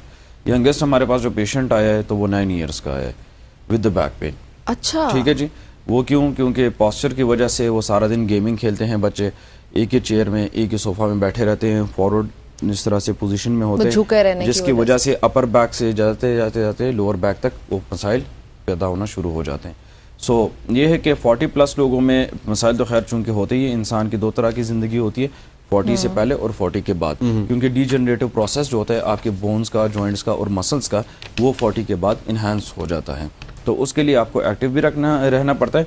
बट अभी कोविड के बाद जैसे कि लाइफस्टाइल है और इंडोर है तकरीबन और फिजिकल एक्टिविटी नहीं है, सो मतलब ये 20-25 की एज में बहुत सारे मसाइल लोगों को है। ठीक हो गया। अच्छा, अगर थोड़ा सा बुजुर्गों के हवाले से बात की जाए तो बुजुर्गों को बहुत ज्यादा पट्टों के मसाइल होते हैं। डेफिनेटली आपके पास सबसे ज्यादा पेशेंट 40+ ही आते होंगे तकरीबन। तो फिजियोथेरेपी का इसमें कितना ज्यादा रोल है? फिजियोथेरेपी की अगर बात की जाए तो बहुत सारे लोग हैं, इवन अगर मैं आपको एक मिसाल दूं, ताज़ा मिसाल, अपने घर की मिसाल दूं, मेरी वालिदा की यहाँ से हड्डी फ्रैक्चर हो गई, वो 2-3 दफा उसको प्लास्टर करवाने के बावजूद भी अभी उनको फिजियोथेरेपी करवानी पड़ रही है। उसका कितना ज्यादा रोल है? अच्छा, बेसिकली ना फिजियोथेरेपी का साइंस सबसे पहले समझना चाहिए कि फिजियोथेरेपी है क्या और इसका क्या रोल है मेडिकल फील्ड में। बेसिकली ये है कि हम मूवमेंट को जो है ना, किसी भी बोन, जॉइंट या जैसे कि फिंगर है फ्रैक्चर हो गई, इसके फंक्शन को वापस रिकवर करना, ये हमारा काम होता है। अब प्लास्टर आपने लगा लिया, वो हड्डी जुड़ गई, वो जॉइंट वापस ठीक हो गया या बोन ठीक हो गया, लेकिन वो मूवमेंट रिस्ट्रिक्टेड रह जाता है, क्योंकि 2-3-4 हफ्ते के लिए जब प्लास्टर लगा रहता है तो उस पर ये मूवमेंट रिस्ट के अंदर वो नहीं होती। तो इसको वापस रिकवर करना और वापस रिवाइव करना, ये फिजियोथेरेपिस्ट का काम होता है। अब मसल को जितना भी आप मतलब एक ही पोजीशन में रखेंगे तो वो स्टिफ भी होगा और वो वीक भी होगा, उसको स्ट्रेच करना होता है, उसको स्ट्रेंथन करना होता है और फंक्शनल जो है करना होता है, बैक टू लाइफ करना होता है, वो एक फिजियोथेरेपिस्ट का काम होता है बेसिकली। तो जैसे आपने कहा कि जी आपकी वालिदा का प्लास्टर लगा हुआ था बट अभी भी हमें फिजियोथेरेपी करानी पड़ रही है, तो ये आपको बहुत पहले कर देनी चाहिए, ठीक है? ये अब लेट हो गया, क्योंकि जितना वो लेट हो जाता है तो उतना वो स्टिफ हो जाता है और मसल की नेचर ऐसी है कि जब भी वो स्टिफ हो जाता है तो फिर बहुत जो है ना वो तंग करता है। ठीक। अच्छा बुरहान, आप बता रहे हैं ना इनकी जैसे वालिदा होगी, फ्रैक्चर्स हो जाते हैं, कोई ना कोई मसाइल हो गए जिसकी वजह से आपकी हड्डियां किसी बीमारी का शिकार हो गई, टूट गई, जॉइंट्स का कोई मसला हो गया। उसके अलावा ageing is the biggest factor जो ये सब बीमारियां कॉज कर रहा होता है। तो एजिंग ऑब्वियसली होनी ही होनी है, आपके जॉइंट्स ने जो है वो घिसना ही है एज के साथ, तो उसको रोका नहीं जा सकता है लेकिन उसको रेजिस्ट किया जा सकता है। तो यंगर एज में हमारे जो लोग इस वक्त हमें देख रहे हो, ऐसी क्या एक्टिविटी कर सकते हैं, एक्सरसाइजेस क्या हो सकती हैं, डाइट कैसी हो सकती है जिसमें उसको लेटर ऑन जाके आप अवॉइड कर सकें? देखिए जी, इस तरह ने कि एजिंग की आपने जैसे बात की, तो इस चीज़ पे दुनिया में इस वक्त बहुत काम हो रहा है, ठीक है जी। डिफरेंट रिसर्चेज आ रही हैं, वो एक्सरसाइज के हवाले से भी और डाइट और न्यूट्रिशन के हवाले से भी। अब इसमें ना जो कि बोनी लॉस है ना आपका, या जो भी कोई स्ट्रक्चर है उसका जो लॉस और डैमेज हो रहा है ना नेचुरल तरीके से, उसको आप रिकवर नहीं कर सकते और ना उसको आप स्टॉप कर सकते हैं, ठीक है? स्लो डाउन उस प्रोसेस को ज़रूर कर सकते हैं, बट इसको रिकवर करना मुश्किल है। अब ये जी कि इसमें फ़िज़िकल एक्टिविटी में अगर हम बात करें तो वो स्ट्रेचिंग एक्सरसाइज एक ऐसी एक्सरसाइज है कि आप सुबह उठे, आप अपने बॉडी को स्ट्रेच आउट करें तो आपकी बॉडी जो है वो नॉर्मल फेज में आ जाती है। अगर वो नहीं करेंगे आप, जैसे कि आप सुबह से आए, अगर आपने स्ट्रेचिंग वगैरह नहीं की, आप एक स्टैटिक पोस्चर में हैं, आज भी आए, कल भी आए, परसों भी आए, और राउंड द क्लॉक और राउंड द ईयर ये इस तरह से ये चलता जाए तो आपको मसाइल दरपेश आना शुरू हो जाएंगे। और 95% ऑफ द जॉब होल्डर्स वो बैठे ही रहते हैं। वो सुबह आते हैं 9 बजे, 5 बजे तक बैठे रहते हैं, फिर वहीं से उठ के पार्किंग में जाते हैं, गाड़ी में बैठते हैं, फिर टीवी लाउंज में पहुंचते हैं अपने घर के, खाना पीना किया, बेडरूम, फिर वॉशरूम सुबह, और फिर इस तरह से ये साइकिल चलता रहता है। ठीक है जी।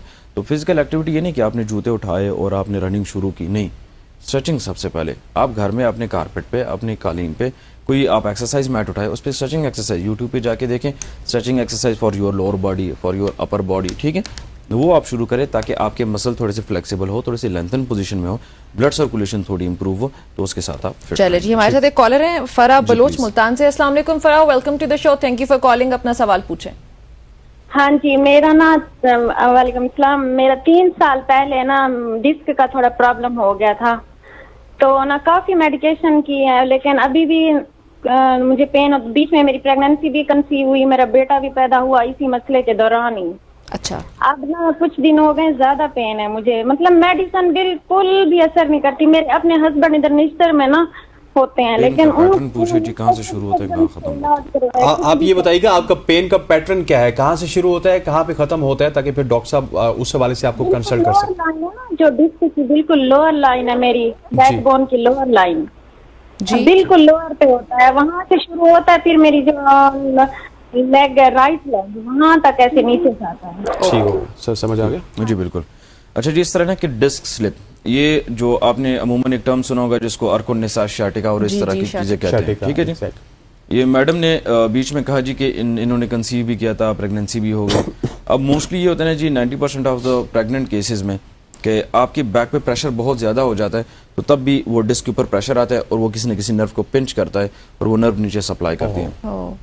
एक बात, दूसरा ये हो सकता है कि इससे पहले शायद इनको ये मसला था, ये प्रॉब्लम था, क्योंकि ख़वातीन जब घर पे काम करती हैं, हैवी चीज़ें उठाती हैं, बकेट्स हो गए, इस तरह से पतीले हो गए, या कपड़े धोना, काफ़ी झुक के काम करना, बच्चों को उठाना, तो उसमें ये होता है कि जब आप अपनी बैक का ख्याल नहीं रखते, मतलब अपने पोस्चर का ख्याल नहीं रखते, उसको एक्सरसाइज नहीं करते, स्ट्रेच आउट नहीं करते, तो वो मसल स्पैज़म में चले जाते हैं। जब मस्कुलर स्पैज़म होता है तो आपकी स्पाइन को अफेक्ट करता है, तो 2 मोहरों के बीच में इस तरह से एक डिस्क होती है, ठीक है, वो स्लिप हो जाती है। वो जैसे स्लिप होती है तो एक नर्व को पिंच करेगी, किसी भी नर्व को पिंच कर सकती है। वो नर्व जहां जहां आपको सप्लाई कर रही है आपके दर्द होगा, यस, आपकी लेग में, तो वहां पे आपको एक पेन फील होता है। इसके लिए 2-3 तरह के ट्रीटमेंट प्रोटोकॉल्स मौजूद हैं दुनिया में। एक होता है सर्जिकल प्रोसीजर, एक होता है मेडिकेशन, दूसरा होता है अल्टरनेटिव मेडिसिन या अल्टरनेटिव ट्रीटमेंट, जिसमें physiotherapy, manual therapy, chiropractic adjustment, traction therapy, इस तरह की चीज़ें आती हैं। अब इसमें ये जी कि जो मैडम ने कहा कि जी लोअर बैक में मेडिकेशन काम नहीं कर रही, मेडिकेशन तो इसमें काम नहीं करती जी सच, क्योंकि अगर आप जितनी भी मेडिकेशन कर लो स्ट्रॉन्ग, ठीक है, हाँ। जब तक वो डिस्क अपनी जगह से हिल के या उस नर्व के लिए स्पेस नहीं क्रिएट होगा, अच्छा, तो तब तक वो रिलैक्स नहीं हो सकता। तो फिर इनको या तो डॉक्टर से रिकंसल्ट करना चाहिए और जाके पूछें कि इनको सर्जिकल के लिए जाना चाहिए या फिर फिजियोथेरेपी की तरफ जाएं। आप इनको क्या रेकमेंड करेंगे? नहीं जी, बेस्ट ऑप्शन ये है कि इनको सबसे पहले एमआरआई करना चाहिए। इफ इनकेस अगर एमआरआई हुआ है, ठीक है, तो मेडिकेशन काम नहीं कर रही, अपना एमआरआई और प्रिस्क्रिप्शन उठा के किसी फिजियोथेरेपिस्ट के पास जाएं ताकि वो उसको रिकंसल्ट करें और उसके अकॉर्डिंग वो ठीक हो गया। हमारे साथ एक और कॉलर हमारे साथ मौजूद है, मेरा ख्याल है होप करते हैं कि फरा को अपना जवाब मिल चुका होगा जी, वो फिजियोथेरेपी के लिए जाएं। बुरहान साहब ने जवाब दिया, आप फिजियोथेरेपी के लिए जाएं। हमारे साथ मौजूद है मुराद साहब all the way from Muzaffarabad. Murad, आपको खुशामदीद कहते हैं, thank you so much for जानिएगा। सबसे सवाल पूछेगा। अस्सलाम वालेकुम। वालेकुम सलाम। अच्छा डॉक्टर साहब, मेरा ये है कि दिन को जब कोई भी एक्टिविटी करता हूँ मेरे कमर में दर्द नहीं होता। रात को जब सोता हूँ तकरीबन रात 3 बजे के बाद मेरे कमर में दर्द शुरू हो जाता है, और सुबह जब दिन को चलता फिरता हूँ, एक्टिविटी कोई भी करता हूँ तो आराम आ जाता है। रात को सोते सोते आंख खुल जाती है जी दर्द से कि नहीं? जी आंख खुल जाती है बिल्कुल। जब सीधा लेटे रहते हैं दर्द ज्यादा होता है? जी सीधा रहता तो ज्यादा होता है। ठीक है जी, चलें ठीक हो गया। अच्छा जी, इस तरह ना कि ये प्रॉब्लम ये 50-60% ऑफ द पीपल्स में, ठीक है जी, वो यंग जनरेशन हो, वो ओल्ड एज हो, व्हाटएवर जो भी एज हो। अब इसमें ये होता है कि आपको एक टर्म होता है जिसको कहते हैं स्ट्रेटनिंग ऑफ द स्पाइन। ये स्पाइन के अंदर अल्लाह की तरफ से एक नेचुरल कर्व होता है जो कि आपकी नेक में होता है, आपके अपर बैक में और लोअर बैक में होता है, ठीक है जी। अगर आप एक स्टैटिक पोस्चर में रहते हैं तो वो स्ट्रेट होना शुरू हो जाता है। जब वो स्ट्रेट होना शुरू हो जाता है, वो स्ट्रेट क्यों होता है? वो जब मसल्स सख्त हो जाते हैं, स्टिफ हो जाते हैं, स्पैज़म में चले जाते हैं, तो वो पीछे की तरफ यूँ वो टिब्रास को, स्पाइन को खींच लेते हैं, वो कर्व ख़त्म हो जाता है। जब आप फिर सीधा लेटते हैं तो आपके मसल्स आपको अलाउ नहीं करते कि उसमें वो फ्लेक्सिबिलिटी हो ताकि वो स्पाइन उसी पोजीशन में आए। इस वजह से जैसे घंटा 2 गुजरते हैं तो आप उठ जाते हैं, वो पेन करना शुरू कर जाता है। ठीक है, फिर आपको या साइड करवट पे, राइट लेफ्ट पे वो होना पड़ता है। अब इसके लिए बेहतरीन ट्रीटमेंट ये है कि सबसे पहले एक्सरे हो, एक्सरे के अंदर देखा जाए कि स्पाइन के अंदर कितनी चेंजेस हैं और किस किस लेवल पे चेंजेस हैं। उसके बाद फिजियोथेरेपिस्ट के पास जाके वो बैक के ऊपर कोई ट्रीटमेंट प्रोटोकॉल अप्लाई करें और फिर वो साथ में एक्सरसाइज प्लान भी देंगे जो कि इनको फॉलो करना पड़ेगा। अफसोस के साथ हमारे लोग एक्सरसाइज प्लान फॉलो नहीं करते। हम हर बंदे को कहते हैं जी आप ये एक्सरसाइज, ये एक्टिविटी करें, बट हर बंदा येस नो करके जो है वो सुबह आते तो फिर उन्होंने डॉक्टर के पास जाएं, एक्सरे करवाएं। फिजियोथेरेपिस्ट का केस है, फिजियोथेरेपिस्ट का केस है, तो आप इनको भी फिजियोथेरेपिस्ट ही रेकमेंड किया। अच्छा, उसके अलावा आसमा है हमारे साथ लाहौर से। जी आसमा, अस्सलाम वालेकुम। वालेकुम अस्सलाम। सवाल पूछिएगा। मेरे ना मतलब के एनालिसिस टेस्ट करवाया तो उन्होंने कहा कि मोरों का मसला है, आपको टेस्ट करवाया तो उन्होंने कहा कि टीवी का वॉल्यूम बंद कीजिएगा प्लीज, वरना आपकी कॉल बंद कर देंगे प्लीज। चले जी, कॉल ड्रॉप कर दे क्योंकि इनकी आवाज नहीं आ रही है। टीवी का वॉल्यूम इनका फुल है। जब भी आप कॉल करते हैं तो प्लीज टीवी का वॉल्यूम बंद रखा करें, वरना हम कॉल ड्रॉप कर देंगे। Know that sounds like a threat, but it's not a threat. हमारी रिक्वेस्ट है। मोहरों का मसले के, अच्छा जी, मोहरों का मसला जो है, लोग कहते हैं जी मोहरों का प्रॉब्लम है, मोहरों का प्रॉब्लम है। बेसिकली अच्छा, जब एक तक सेकंड, मोहम्मद इम्तियाज साहब, माजरत के साथ आपको इंटरप्ट किया। मोहम्मद इम्तियाज साहब हमारे साथ मौजूद है। इम्तियाज साहब अस्सलाम वालेकुम। वालेकुम जी। सर अपना सवाल पूछिएगा। अच्छा, मैंने ये बताया उनको कि जो गर्दन, जो यानी कि जो गर्दन में रीढ़ की हड्डी ऊपर से शुरू होती है ना, यानी कि गर्दन की जो हड्डी होती है जी, वहाँ पे अक्सर मुझे ना शाम के टाइम ना पेन शुरू हो जाती है। शाम के टाइम यानी कि अगर वर्किंग जब करता हूँ, मेरी वैसे यानी कपड़े की शॉप है, बैठता ही हूँ, कोई इतना ज्यादा वो वर्किंग नहीं है, लड़के वगैरह रखे हुए हैं, तो राइट शोल्डर जो है ना उसको भी प्रॉब्लम आती है।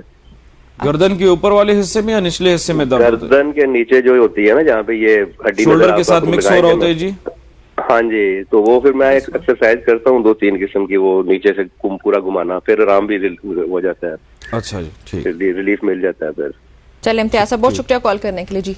अच्छा जी, ये जो प्रॉब्लम है इसको हम फॉरवर्ड नेक में कंसिडर करते हैं। मोस्टली लोग यूं इस पोजीशन में होते हैं, ठीक है जी, वो फ़ोन ज़्यादा यूज़ कर रहे हैं, वो लैपटॉप पे काम कर रहे हैं, वो या यूं इस तरह के बैठे रहते हैं किसी भी चीज़ का सपोर्ट लेके, या मोस्टली ख़वातीन में ये प्रॉब्लम ज़्यादा होता है अपने जॉ लाइन को प्रोमिनेंट करने के लिए, वो यूं इस तरह से इस पोजीशन में होती है। सो आई डिडंट नो दैट। हाँ, बेसिकली नहीं, आपका तो प्रोमिनेंट इसलिए आपको नहीं पता है, तो बाकी ये है कि लोग इस तरह से करते हैं।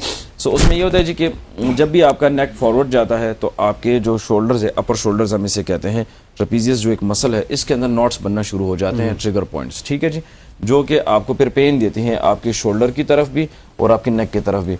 अब लोग इसको मिसडायग्नोज करते हैं, कंफ्यूज कर जाते हैं विद द डिस्क बल्ज की जी सर्वाइकल पे, नेक पे कोई डिस्क बल्ज हुआ है जिसकी वजह से पेन रेडिएट कर रहा है, but it's a pure muscular issue. ये प्योर मस्कुलर प्रॉब्लम है, प्लस ये पोस्चर का प्रॉब्लम है। अगर आप अपने पोस्चर को अपराइट रखेंगे, आप थोड़ा सीधा बैठेंगे, हफ्ता 10 दिन इस चीज़ का ख्याल रखेंगे, तो आपके अंदर चेंजेस आना शुरू हो जाते हैं। और इसके लिए सिंपल एक एक्सरसाइज है कि आपने अपना दाएं हाथ उठा के ये लेफ्ट ईयर के पास, कान के पास रखना है और इसको यूं स्ट्रेच आउट करना है।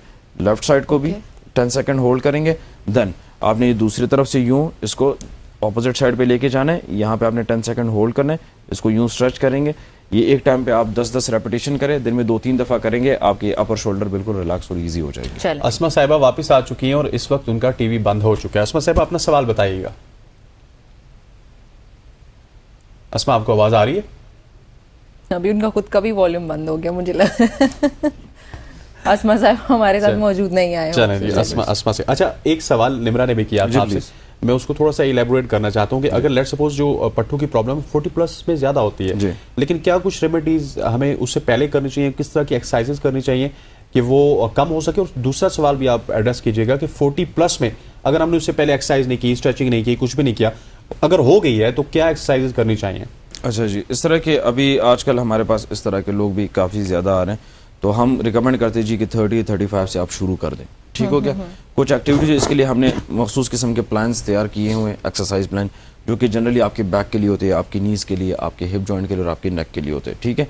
अब इसमें यह है कि हमारे पास जो 40 लगभग के लोग आते हैं वो कॉर्पोरेट सेक्टर से आते हैं, ठीक है, उनकी सेटिंग बहुत ज़्यादा होती है, तो उनके लिए ख़ास किस्म का एक प्लान होता है कि जी अगर सेटिंग पोजीशन में आपकी नेक बैक पे और या नीज़ पे जो स्ट्रेस आ रहा है उसको कैसे रिलीज़ किया जाए। सिंपली ये है जी कि जितने भी लोग हैं तो उनको सबसे पहले अपनी स्ट्रेचिंग एक्सरसाइज, उसके बाद आपने 30 to 40 मिनट्स की रनिंग, जॉग या वॉक आपने रखनी है, ठीक हो गया। Once in a week, twice a week. अगर आप हाइकिंग कर सकते हैं, हाइकिंग नहीं कर सकते, साइकिलिंग की तरफ, ठीक है, वो ये 2-3 एक्टिविटीज। एक और लास्ट कॉलर है हमारे पास, वो अगर ले लें। एहसान हमारे साथ मौजूद है लाहौर से। एहसान साहब सवाल पूछेंगे जल्दी से। अस्सलाम वालेकुम सर। वालेकुम सलाम।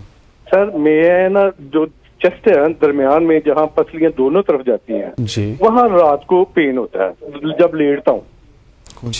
चेस्ट की बात कर रहे हैं आप? जी जी, चेस्ट की ये जो अच्छा, ठीक। राइट लेफ्ट दोनों आपका पेन जाता है जी? लेफ्ट पे ज्यादा होता है, राइट पे थोड़ा कम होता है।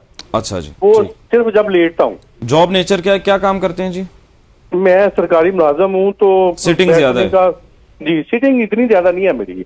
अच्छा, फील्ड वर्क है? जी, फील्ड वर्क है। ठीक है, ओके जी, इम्तियाज सर। अच्छा जी, इस तरह होता है कि मोस्टली ना जो आपके चेस्ट के मसल्स होते हैं तो ये बहुत बिग मसल है, ठीक है, इसका काम है कि आपके बॉडी को सपोर्ट करना फ्रंट के साइड से, ठीक हो गया। जब आप ब्रीदिंग भी कर रहे होते हैं तो आपके रिब केज को पूरा ये प्रॉपर सपोर्ट करता है। अब इसमें यह है कि यहाँ पे जो मसल है इसके अंदर नॉट्स बनना शुरू हो जाते हैं, जिसकी वजह से ये मसल टाइट हो जाता है। जब ये टाइट हो जाता है, और ये क्योंकि आप फॉरवर्ड पोस्चर में होते हैं, इस पोजीशन में होते हैं।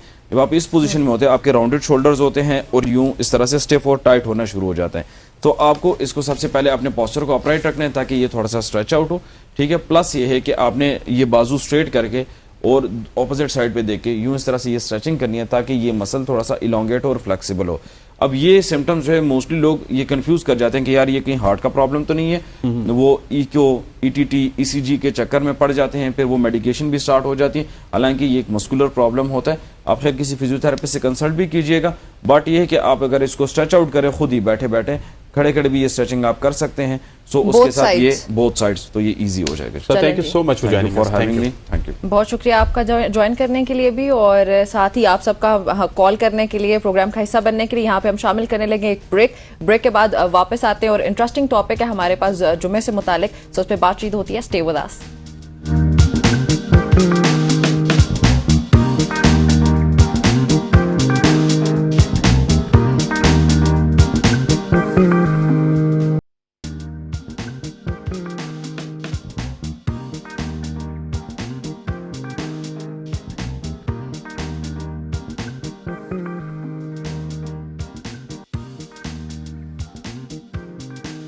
वेलकम बैक एवरीबॉडी, एक बार फिर से आपको खुशामदीद कहते हैं। और आज हम प्रोग्राम जब स्टार्ट कर रहे थे धरने की, और वो पाकिस्तान की पॉलिटिकल सिचुएशन कितनी शोरगुल मचा हुआ था कि हम आपको जुम्मा मुबारक कहना भूल गए। जुम्मा मुबारक भी कहना भूल गए। लेकिन हमारे पास जुम्मे से मुतालिक बड़ा इंटरेस्टिंग टॉपिक है। खवातीन के हवाले से ना एक मुबारकबाद मैं जरूर देता चलूं आपको भी और तमाम तर खवातीन को भी। पाकिस्तान ने आईसीसी क्रिकेट वर्ल्ड कप में पहला मैच जीत लिया। चले जी, मुबारक हो आप सबको। अब जो इंटरेस्टिंग टॉपिक है हमारा, उसकी तरफ आते हैं। बच्चों की तालीम और तरबियत से मुतालिक ये है, और मुश्किल काम लगता है बाहर से, लेकिन ये इतना मुश्किल होता नहीं है अगर वालिदैन अपनी जिम्मेदारी को समझ ले और उनको पता हो कि उन्होंने किस तरह अपने बच्चों की तरबियत करनी है। और ये तमाम तर जिम्मेदारी जो होती है ये सिर्फ और सिर्फ वालिदैन पर ही आयद होती है।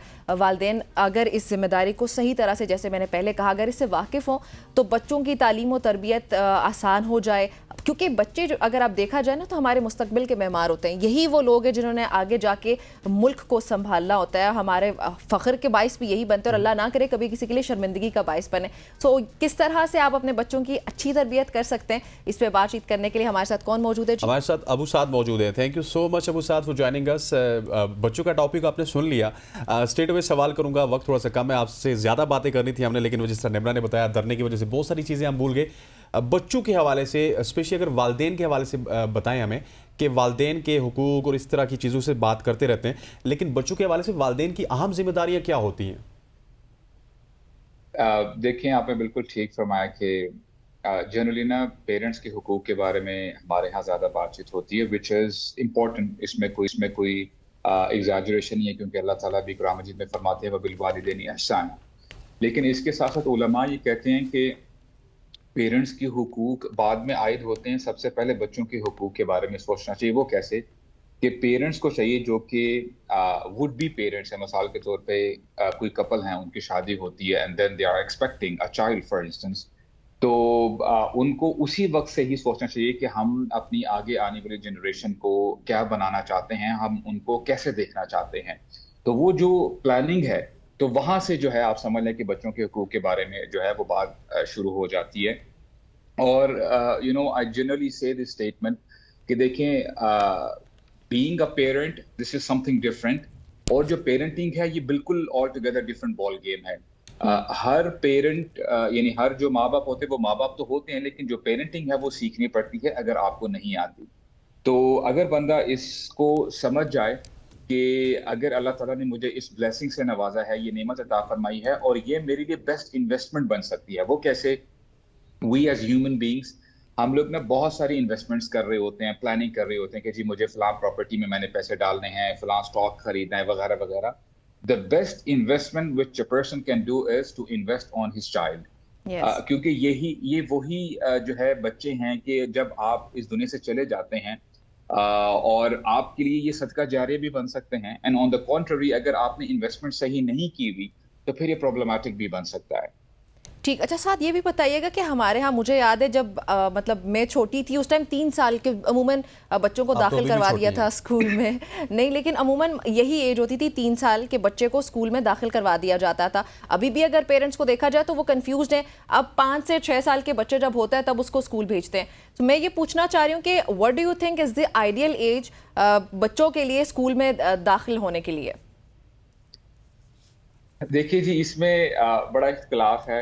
अगर आप स्कैंडिनेवियन कंट्रीज की तरफ देखें तो वो नाम तो स्कूल होता है लेकिन वहां पे बिल्कुल माहौल डिफरेंट होता है। अच्छा। हमारे यहाँ तो ये है कि सर्दी है, गर्मी है, जो कुछ है कि बच्चे को हम भेज देते हैं, और हमारे यहाँ बिल्कुल ऐसा ही होता है कि पहले केजी और ये वो सारी चीजों से बात शुरू होती थी, अब मॉन्टेसरी भी आ गया और प्री स्कूल भी हम ये टर्म यूज करते हैं। yes. कि 3 साल का भी बच्चा बमुश्किल बात करना शुरू करते हैं और हम उसको स्कूल भेज देते हैं। देखें, अब जहां पे हमें सीखने को मिले हमें लाजिम सीखना चाहिए। अगर मैं फिनलैंड की बात करूं, उसके बारे में आता है कि उनका जो एजुकेशन सिस्टम है वो बेस्ट सिस्टम है। उन्होंने स्कूल में भी ऐसा माहौल बनाया होता है कि बच्चे को फीलर ऐसा नहीं आता कि मैं स्कूल में हूँ, वो तो बड़ा रिलैक्स करता है। और on you know in addition to that बच्चे स्कूल में सोते भी हैं, क्योंकि मेरे अपने रिलेटिव्स वहां पे रहते हैं फिनलैंड में, तो बच्चों का प्रॉपर रूम है, कैबिन्स हैं, वहां पे बच्चों को सुलाते हैं और बच्चों को ना यानी वो सिखाते हैं कि वो अपनी आने वाली जिंदगी में कैसे अच्छे आउट परफॉर्म कर सकते हैं। तो इसमें जो है आप बच्चों को डाल सकते हैं। We can conclude it by saying कि irrespective of the age, it's actually the environment, वो हम लोगों को इम्प्रूव करने की जरूरत है। पाकिस्तान में एज कोई सी भी हो सकती है, राइट? Of course. अच्छा, अगर एजुकेशन की बात कर लीजिए साद भाई, तो एजुकेशन पाकिस्तान में बहुत ज़्यादा डिफरेंशिएट नहीं है कि एक तबका एक और एजुकेशन ले रहा है, दूसरा दूसरी ले रहा है, और उस हिसाब से तो आप किसी की भी तरबियत नहीं कर सकते जब तक उसकी तरबियत उसके वालिदैन सही से ना करें। देखिए जी, अब अनफॉर्चुनेटली ये कहना पड़ता है कि हमारे यहाँ जो एजुकेशन है ये एक किस्म का ना बिजनेस बन चुका हुआ है।